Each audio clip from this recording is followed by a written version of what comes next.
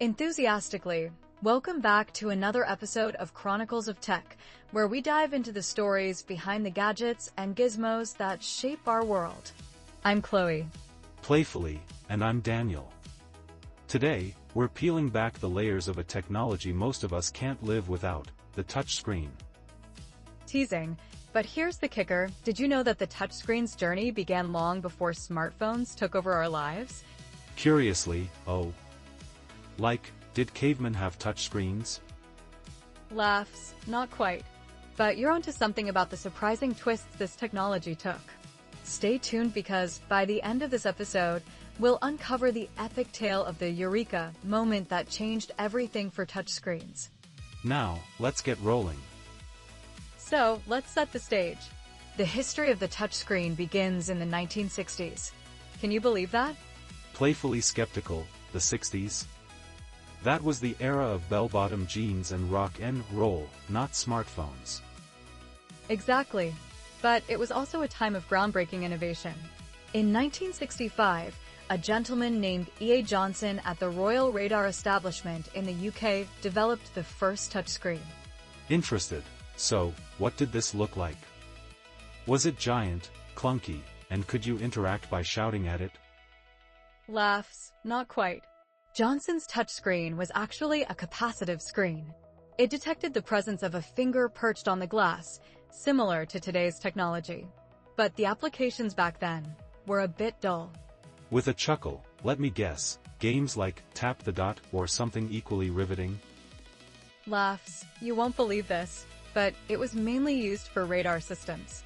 Mocking disbelief, well, that's not how I envisioned my future touchscreen. Tap here to track flights.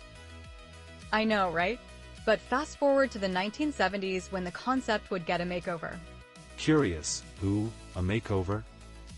Enter Dr. Samuel Hurst, who invented the telegraph in 1971.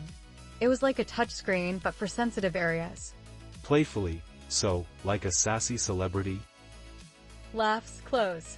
It was a touch-sensitive device that could sense pressure and translate it into electrical signals. This was a big deal. Impressed, so, we're talking actual human interaction? Exactly. Hurst's invention paved the way for interactive kiosks, which began appearing in the 1980s. So what was out there? Think of it as a digital vending machine. These kiosks worked on touch sensitivity, but were nowhere near as user-friendly as we have now. Jokingly, great. Just what I needed, an interactive vending machine that requires a college degree to operate. Laughs, right? But during this era, companies began to realize the potential. Fast forward to the 1983 for the first commercial touchscreen called the touchscreen monitor. Narrating, and here I thought touchscreens didn't have a commercial debut until 2007. Well, the modern version really didn't hit its stride until the early 2000s. Curious, so, how did we make the leap from vending machines to iPhones? Good question. In 2007, Apple's iPhone revolutionized the touchscreen game with its multi-touch interface. Wasn't that a game changer? Absolutely. It allowed users to interact with multiple fingers, which was totally innovative at the time. Enthusiastic, so, basically, Apple took the tech we had and said, hold my drink, watch this. Laughing, pretty much. They combined existing technologies and added a user-friendly touch, literally.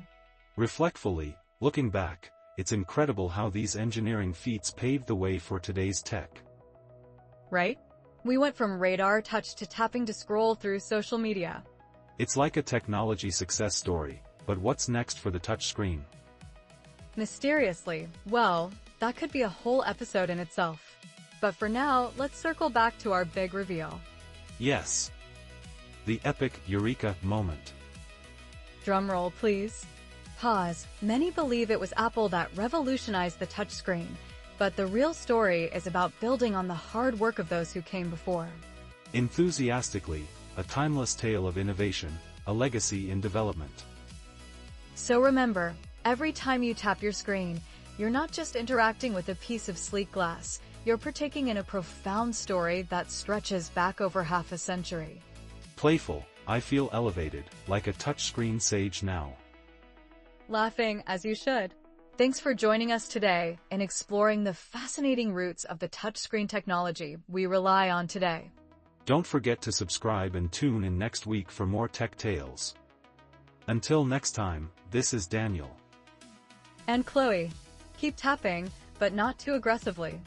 Playfully, or you might just break it. Laughing, exactly. See you next time.